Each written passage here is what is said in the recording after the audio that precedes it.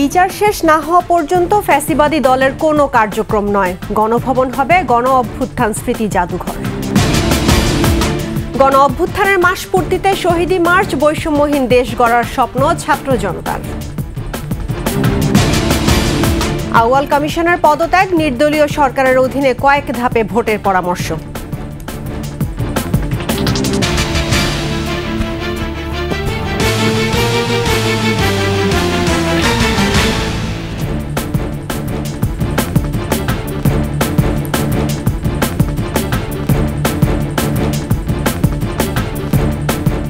শুনছিলেন first security ইসলামী bank PLC সংবাদ শিরোনাম। আমন্ত্রণ ২১ সংবাদে আপনাদের সঙ্গে আছি রাহনুমা রাহি। দর্শক, ২১ টেলিভিশনের সংবাদ একই সাথে সরাসরি দেখতে পাবেন আমাদের ফেসবুক পেজ www.facebook.com/2124 অনলাইনে। এছাড়া সাবস্ক্রাইব করতে পারেন www.youtube.com/21etv চ্যানেলে। বিচার কাজ শেষ না হওয়া পর্যন্ত ফ্যাসিবাদী দলের পুনর্বাসন নয়, পাবে না কোনো কার্যক্রম চালানোর সুযোগও। এছাড়া গণভবনকে জনগণের জন্য উন্মুক্ত করে গণ অভ্যুত্থান স্মৃতি জাদুঘর করা হবে। অন্তর্বর্তী সরকারের প্রধান উপদেষ্টার কার্যালয়ে আয়োজিত উপদেষ্টা পরিষদের সভায় এ সিদ্ধান্ত নেওয়া হয়। পার্থ সারথীর রিপোর্ট।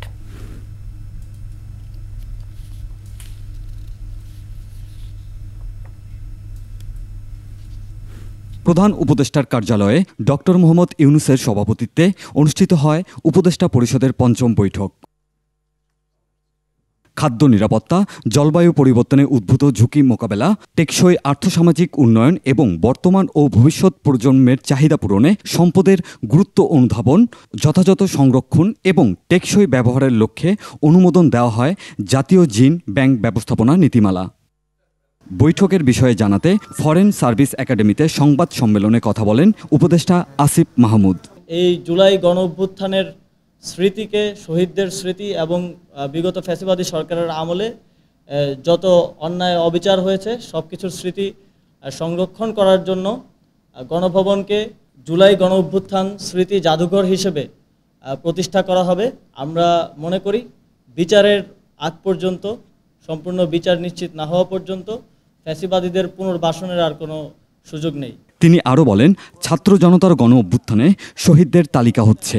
প্রধান উপদেষ্টা ডক্টর মোহাম্মদ ইউনূস শহীদ পরিবারের সদস্যদের সঙ্গে সম্মেলন করবেন। অতি সত্বর মাননীয় প্রধান উপদেষ্টা এবং উপদেষ্টা মণ্ডলীর সদস্যবৃন্দ শহীদ পরিবারের সাথে একটি সাক্ষাৎ করবেন।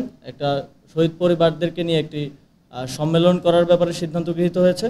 এছাড়া বাংলাদেশ জাতীয় ক্রিকেট দলের পাকিস্তানের বিপক্ষে টেস্ট সিরিজ জয়ে আনুষ্ঠানিক অভিনন্দন প্রস্তাব করেছে উপদেষ্টা পরিষদ। বিসিবিকে শুভেচ্ছা ও অভিনন্দন জানিয়ে অভিনন্দন প্রস্তাব গৃহীত হয়েছে। পার্থ সারথী, ২১ টেলিভিশন, ঢাকা।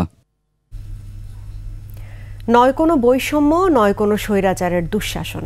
হাসিনা সরকার পতনের মাস পূর্তিতে ছাত্র জনতার শহীদি মার্চ কর্মসূচিতে এমনই স্লোগানে মুখরিত হয়ে ওঠে ঢাকার রাজপথ। ঢাকা বিশ্ববিদ্যালয়ের রাজু ভাস্কর্য থেকে শুরু হওয়া কর্মসূচিতে ছাত্র জনতার দাবি, সকল নাগরিকের সমান অধিকার নিশ্চিতের পাশাপাশি সব দুর্নীতিবাজদের বিচারের আওতায় আনতে হবে। পাশাপাশি বিচার করতে হবে স্বৈরশাসক শেখ হাসিনারও। মফিউর রহমানের রিপোর্ট।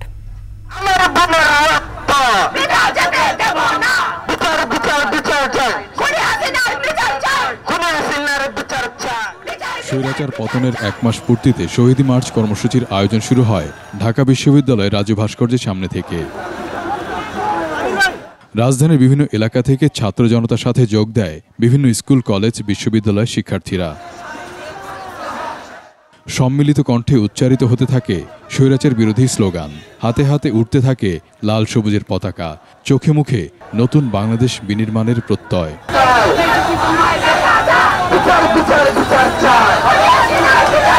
হাসিনা বিরোধী গণ অভ্যুত্থানে শহীদদের প্রতি অপরিসীম ভালোবাসা আর শ্রদ্ধা জানাতেই এই আয়োজন। এক মাস পূর্তি হয়েছে। এই এক মাস পূর্তিতে আমরা আজকের এই সমাবেশ এবং এই সমাবেশে এসেছি বিচারের আওতায় এনে তাদের বিচার করা। তাদের বিচারের দাবি আমাদের একটাই চাওয়া, একটাই পাওয়া, আমার ভাইদের শহীদের রক্ত যেন বৃথা না যায়। আমরা চাই দেশের টাকা দেশে ফিরে আনুক। দেশের মাটিতে স্বৈরাচার সহ তার দোসরদের বিচারের দাবি ওঠে অন্তর্বর্তী সরকারের কাছে। শেখ হাসিনার মতো খুনি এখনো ভারত প্রতিবেশী দেশ ভারতে গিয়ে তার পাসপোর্ট বাতিল হলো, তারপরে সে এখনো সেখানে নির্দ্বিধায় টিকে আছে। আমরা চাই অতি দ্রুত তাকে বাংলাদেশে ফিরিয়ে এনে তার ফাঁসিতে ঝুলিয়ে গলায় আমরা ফাঁসির দড়ি দেখতে চাই। এই অন্তর্বর্তীকালীন সরকার যারা দুর্নীতি করেছে তাদের যেন গ্রেফতারের আওতায় এনে তাদের সুষ্ঠু বিচার করে। উত্তোলিত মুষ্টিবদ্ধ হাত, কণ্ঠে কণ্ঠে স্লোগান, নতুন বাংলাদেশ বিনির্মাণে দৃপ্ত পদক্ষেপে এগিয়ে যেতে থাকে অযুত মানুষ। শহীদের রক্তে ভেজা এই বাংলায় কোনো দুর্নীতিবাজ আর কালো টাকার মালিকের ঠাঁই নাই বলে জানায় অংশগ্রহণকারীরা। যে স্বৈরাচারী মাথা উঁচু করে দাঁড়াবে বা মাথা জাকানোর চেষ্টা করবে, আমরা ছাত্র প্লাস জনতা, ছাত্র জনতা তাকে ছাড়বো না। আমরা তাদেরকে হুঁশিয়ারি করতে চাই যে ছাত্র সমাজ এখনো রাজপথ ছাড়ে নাই। রাষ্ট্র সংস্কার করে বৈষম্যহীন সমাজ প্রতিষ্ঠার দাবি ওঠে সমস্বরে। আমাদের আন্দোলনের মূল লক্ষ্য ছিল সকল প্রকার বৈষম্য দূরীকরণে। এই রাষ্ট্র হবে জনতার রাষ্ট্র, এই রাষ্ট্রে অবশ্যই কোনো বৈষম্য থাকবে না এবং দল মত নির্বিশেষে সকল মানুষ এখানে সমভাবে রাজনৈতিক চর্চা করার অধিকার রাখবে। রাজধানীর বিভিন্ন সড়ক প্রদক্ষিণ শেষে কেন্দ্রীয় শহীদ মিনারে এসে শেষ হয় শহীদি মার্চ। মফিউর রহমান, একুশে টেলিভিশন, ঢাকা।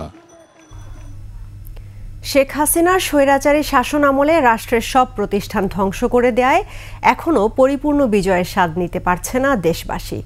বৈষম্য, প্রতিহিংসা ও দুর্নীতি নির্মূলে দায়বদ্ধতার সংস্কৃতি গড়ে তুলে অন্তর্বর্তী সরকারকে যৌক্তিক সময় দিতে চান বৈষম্য বিরোধী ছাত্র আন্দোলনের কর্মীরা। তৌহিদুর রহমানের রিপোর্ট।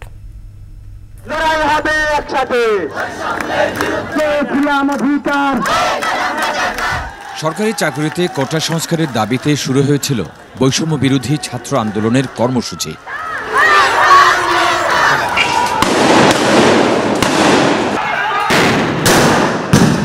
জুলাই আগস্ট হত্যাকাণ্ডে প্রাণ হারান শত শত মানুষ, আহত হন হাজার হাজার শিক্ষার্থী ও সাধারণ মানুষ। ছাত্র জনতার আন্দোলনের মুখে শেষ পর্যন্ত দেশ ছেড়ে ভারতে চলে যান শেখ হাসিনা। আত্মগোপনে চলে যায় তার দলের নেতাকর্মী ও সরকারের বিভিন্ন কর্তা ব্যক্তিরা। কঠিন পরিস্থিতিতে দেশের দায়িত্বভার গ্রহণ করেন নোবেলজয়ী অধ্যাপক ডক্টর ইউনূস। বিজয়ের এক মাসে দেশ কতটুকু এগিয়েছে, কতটুকু কমানো গেছে বৈষম্য, এমন প্রশ্ন ছিল ছাত্র আন্দোলনের নেতাদের কাছে। প্রতিহিংসামূলক রাজনৈতিক চর্চার যদি অবসান ঘটানো যায় বাংলাদেশে, তাহলে আমরা বাংলাদেশে একটা খুবই সুন্দর একটা গণতান্ত্রিক চর্চা দেখতে পাবো। মাসের মধ্যে আমরা আসলে সরকার গঠন হওয়া এই কার্যক্রমের মধ্যে আমাদের দেশ আসলে দেশের তেমন কিছুই আমরা করার সৌভাগ্য আমাদের হয় না। তার মধ্যে বন্যা ছিল, এই বন্যার কারণে একটা অবস্থা দেশের ক্রিটিক্যাল সিচুয়েশন গেছে। যারা স্বৈরাচারের দোষর ছিল তাদেরকে শাস্তির আওতায় যখন আমরা আনতে পারবো, তখন আমরা একটি নতুন বাংলাদেশ, আমরা একটি স্বাধীন বাংলাদেশ কিভাবে সাজিয়ে তুলব, সেটা আমরা আশা করি আমরা গড়ে তুলতে পারবো। বৈষম্য বিরোধী ছাত্র আন্দোলনের সমন্বয়করা বলছেন, 16 বছর ধরে যারা অনিয়ম দুর্নীতি করেছে, ছাত্র জনতাকে হত্যা করেছে, তাদের বিচার করতে হবে। পাশাপাশি ধ্বংস হয়ে যাওয়া প্রতিষ্ঠানগুলো সংস্কার করতে হবে। আমরা শেখ হাসিনার পতনের মাধ্যমে আংশিক বিজয় অর্জন করেছি। আমাদের চূড়ান্ত বিজয় অর্জিত হবে তখন যখন আমরা শেখ হাসিনার দাসদেরকে উচ্ছেদ করতে পারবো, তথা শেখ হাসিনা যে ফ্যাসিজম কায়েম করেছে গত 16 বছরে, সেই ফ্যাসিজমকে আমরা উৎখাত করতে পারবো। সেই উৎখাতের লড়াই কিন্তু এখন চলছে। আমরা আমাদের জায়গা থেকে 5 আগস্ট পরবর্তী সময় থেকে বলে আসছি, রাষ্ট্র সংস্কারের ক্ষেত্রে বৈষম্য বিরোধী ছাত্র আন্দোলন তার জায়গা থেকে আন্দোলনের ধারাবাহিকতা রক্ষা করবে। বিজয় ধরে রাখতে সত্যিকার অর্থে একটি জনগণের সরকার প্রতিষ্ঠার তাগিদ দিয়েছেন বৈষম্য বিরোধী ছাত্র আন্দোলনের নেতারা। আমাদের আসলে বিজয়টাকে সাস্টেন করতে হলে আমাদের সমাজ থেকে শুরু করে সরকার ব্যবস্থা পর্যন্ত আমাদের এমন একটা সিস্টেম দাঁড়া করাতে হবে যেন আসলে সেটা জনগণের পক্ষের একটা সরকার থাকে। তৌহিদুর রহমান, একুশে টেলিভিশন, ঢাকা। অবশেষে পদত্যাগ করেছে প্রধান নির্বাচন কমিশনার কাজী হাবিবুল আউয়ালের নেতৃত্বাধীন নির্বাচন কমিশন। নির্বাচন ভবনে সংবাদ সম্মেলনে পদত্যাগের ঘোষণা দেওয়া হয়। সে সময় আউয়াল কমিশন নির্দলীয় তত্ত্বাবধায়ক সরকারের অধীনে নির্বাচন আয়োজন করা সহ কয়েক দফা সুপারিশ তুলে ধরে। এদিকে পদত্যাগপত্র রাষ্ট্রপতি গ্রহণ করেছেন বলে জানিয়েছে বঙ্গভবনের প্রেস উইং। শিউলি শবনমের প্রতিবেদন। ছাত্র জনতার গণ আন্দোলনের মুখে গত 5 আগস্ট শেখ হাসিনা সরকারের পতনের পর অন্তর্বর্তী সরকার গঠন হয়। এরপর থেকে কাজী হাবিবুল আউয়াল কমিশনের পদত্যাগের দাবি ওঠে। অবশেষে বৃহস্পতিবার দুপুরে সংবাদ সম্মেলনে পদত্যাগের ঘোষণা দেন সিইসি। সে সময় সিইসির সাথে নির্বাচন কমিশনার মোহাম্মদ আলমগীর ও আহসান হাবিব উপস্থিত থাকলেও ছিলেন না নির্বাচন কমিশনার রাশেদা সুলতানা ও মোহাম্মদ আনিসুর রহমান। সংবাদ সম্মেলনে সিইসি জানান, দেশের পরিবর্তিত পরিস্থিতিতে তার কমিশন পদত্যাগের সিদ্ধান্ত নিয়েছে। আমি সহ মাননীয় কমিশনারগণ দেশের পরিবর্তিত বিরাজিত অবস্থায় পদত্যাগ করতে মনস্থির করেছি। এর আগে সিইসি জানান, অতীতের প্রায় সব নির্বাচনের গ্রহণযোগ্যতা নিয়ে প্রশ্ন ছিল। 2024-এর নির্বাচনে সব দলকে আনার চেষ্টাও করেছিল এই কমিশন। সাংবিধানিক বাধ্যবাধকতার কারণে শেষ পর্যন্ত ভোট করতে হয়েছে। উপনির্বাচন সহ জাতীয় সংসদের মোট 318টি আসনে কমিশন নির্বাচন করেছে। দলীয়ভাবে ইনক্লুসিভ না হওয়ার কারণে নির্বাচন বিতর্কিত হয়েছে। এটি সঠিক এবং যৌক্তিক, কিন্তু বাংলাদেশের 53 বছরের ইতিহাসে কোনো নির্বাচন কমিশন সংবিধান উপেক্ষা করে স্বেচ্ছায় নির্বাচন না করে বা বাতিল করে দিয়ে পদত্যাগ করেছে এবং সেই কারণে নির্বাচন হয়নি এমন কোনো দৃষ্টান্ত বা উদাহরণ নেই। কয়েক বছর পর পর নির্বাচনের গ্রহণযোগ্যতা নিয়ে প্রশ্ন ওঠে। এমন বাস্তবতায় ভবিষ্যৎ কমিশনের জন্য কয়েক দফা সংস্কার প্রস্তাব পেশ করেন সিইসি। নির্বাচন পদ্ধতিতে দুর্ভেদ্য মৌলিক সংস্কার প্রয়োজন হবে। নির্বাচন 4 বা 8টি পর্বে, প্রতিটি পর্বের মাঝে 3 থেকে 5 দিনের বিরতি রেখে অনুষ্ঠান করা। প্রতিটি সাধারণ নির্বাচন নির্দলীয় তত্ত্বাবধায়ক সরকারের অধীনে অনুষ্ঠিত হলে উদ্দেশ্য অর্জন আরও সুনিশ্চিত হতে পারে। 2022 সালের 27 ফেব্রুয়ারি শপথ নেয় কাজী হাবিবুল আওয়ালের নেতৃত্বাধীন নির্বাচন কমিশন। সংবিধান অনুযায়ী 5 বছরের জন্য দায়িত্ব নির্ধারণ করা থাকলেও মাত্র 2.5 বছরেই বিদায় নিল আওয়াল কমিশন।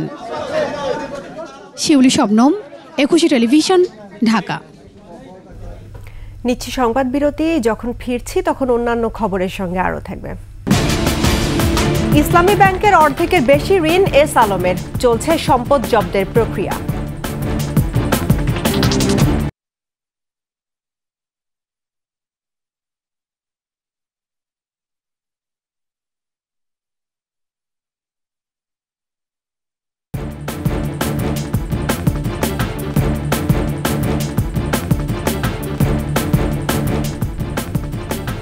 আবারও আমন্ত্রণ 21 সংবাদে।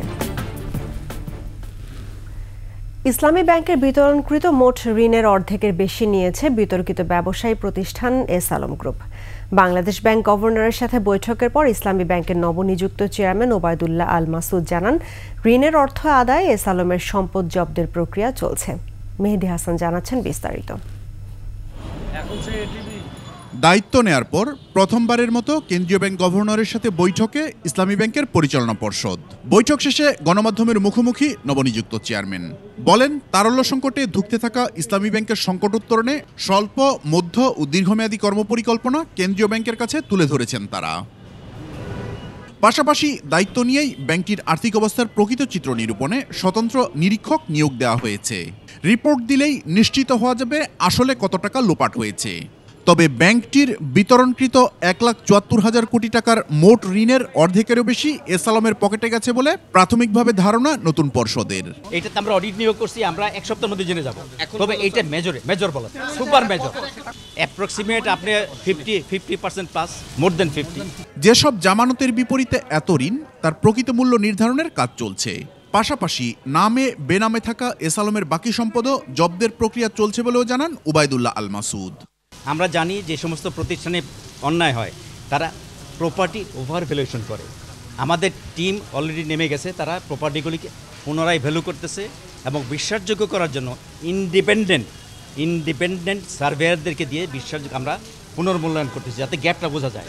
2,300 কোটি টাকা ঘাটতিতে থাকা অবস্থায় বর্তমান পরিচালনা পর্ষদ দায়িত্ব নিয়েছিল। এখন ঘাটতি কমে 2,000 কোটি টাকায় নেমে এসেছে বলেও জানান ব্যাংকটির নতুন চেয়ারম্যান। মেহেদী হাসান, 21 টেলিভিশন, ঢাকা। ভারত থেকে বাংলাদেশে না ফেরা পর্যন্ত শেখ হাসিনাকে চুপ থাকার পরামর্শ দিয়েছেন অন্তর্বর্তী সরকারের প্রধান উপদেষ্টা ডক্টর মোহাম্মদ ইউনূস। ভারতের বার্তা সংস্থা পিটিআইকে দেয়া সাক্ষাৎকারে সাম্প্রতিক বিভিন্ন বিষয়ে কথা বলেন ডক্টর ইউনূস। এদিকে গণ অভ্যুত্থানের 1 মাস পূর্তিতে ছাত্রদের শুভেচ্ছা ও নিহতদের প্রতি সম্মান জানান প্রধান উপদেষ্টা। তিনি বলেন, হাসিনার ফেলে যাওয়া ভঙ্গুর দেশ গঠনের দায়িত্ব সবার। অন্যদিকে বাংলাদেশের অন্তর্বর্তী সরকারের প্রতি দৃঢ় সমর্থন জানিয়েছেন 198 বিশ্ববরেণ্য ব্যক্তিত্ব। রিপোর্টে আরও জানাচ্ছেন আফসানা নীলা। বৃহস্পতিবার ডক্টর ইউনূসের সাক্ষাৎকার প্রকাশ করে ভারতীয় বার্তা সংস্থা পিটিআই। ঢাকায় নিজের সরকারি বাসভবন থেকে দেয়া সাক্ষাৎকারে ডক্টর ইউনূস ভারতে শেখ হাসিনার অবস্থান ও দুই দেশের সম্পর্ক নিয়ে কথা বলেন। ডক্টর ইউনূস বলেছেন, শেখ হাসিনার ভারতে অবস্থান স্বাচ্ছন্দ্যকর নয়। বিচার করার জন্য বাংলাদেশ তাকে ফেরত আনতে চায়। পাশাপাশি শেখ হাসিনা ভারতে থেকে বাংলাদেশ নিয়ে নানান মন্তব্য করে বিতর্ক বাড়াচ্ছেন বলে মন্তব্য করেন তিনি। হাসিনা ভারতে বসে কথা বলছেন এবং দিক নির্দেশনা দিচ্ছেন।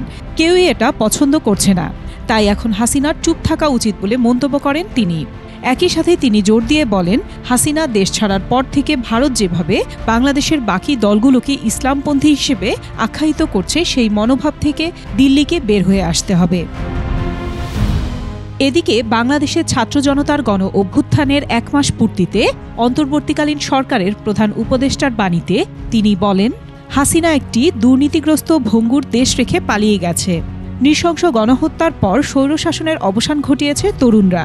দেশকে এখন গৌরবের রাষ্ট্রে পরিণত করার দায়িত্ব অন্তর্বর্তীকালীন সরকারের। অন্যদিকে ডক্টর মোহাম্মদ ইউনূসের নেতৃত্বাধীন বাংলাদেশের অন্তর্বর্তীকালীন সরকারের প্রতি দৃঢ় সমর্থন জানিয়েছেন 198 জন বিশ্ব নেতা। তাদের মধ্যে সাবেক মার্কিন প্রেসিডেন্ট বারাক ওবামা সহ 92 জন নোবেলজয়ী রয়েছেন। বুধবার মোহাম্মদ ইউনূসকে অভিনন্দন জানিয়ে এ সংক্রান্ত একটি বিবৃতি প্রকাশ করা হয়। যুক্তরাষ্ট্রের প্রভাবশালী ওয়াশিংটন পোস্ট পত্রিকায় ছাপানো হয় পুরো বিবৃতি। আফসানা নীলা, 21 টেলিভিশন। আর এরই সঙ্গে শেষ করছে 21 সংবাদ। তবে যাবার আগে ফার্স্ট সিকিউরিটি ইসলামী ব্যাংক পিএলসি সংবাদ শিরোনামগুলো জানাবো আরও একবার। বিচার শেষ না হওয়া পর্যন্ত ফ্যাসিবাদী দলের কোনো কার্যক্রম নয়, গণভবন হবে গণ অভ্যুত্থান স্মৃতি জাদুঘর। গণ অভ্যুত্থানের মাস পূর্তিতে শহীদি মার্চ, বৈষম্যহীন দেশ গড়ার স্বপ্ন ছাত্র জনতার। আউয়াল কমিশনের পদত্যাগ, নির্দলীয় সরকারের অধীনে কয়েক ধাপে ভোটের পরামর্শ।